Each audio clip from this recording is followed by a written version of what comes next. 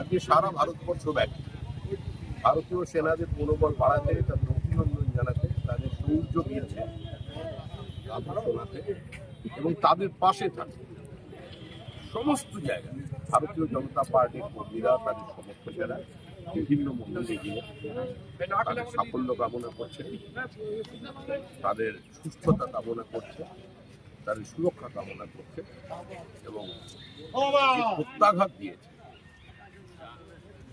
সেই পাকিস্তান বুঝতে পারছে আজকে সিঁদুরের দাম পাকিস্তানকে মেটাতে, সেটাকে উদযাপন করবার জন্য আমরা আজকের দিনটাকে বেছে নিয়েছি।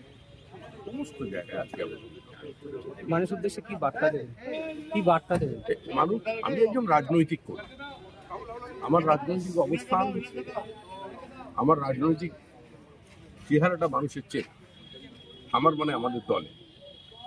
কিন্তু যখন দেশ একটা নির্দিষ্ট সংকটের মধ্যে আছে, তখন সন্ত্রাসবাদ সারা পৃথিবী জুড়ে একটা অভিশাপের রূপ নিয়েছে এবং যেভাবে দিনের পর দিন সীমাপার সন্ত্রাসবাদ চলেছে ভারতবর্ষের উপর, তার একটা যোগ্য জবাব দেওয়ার সময় এসেছে।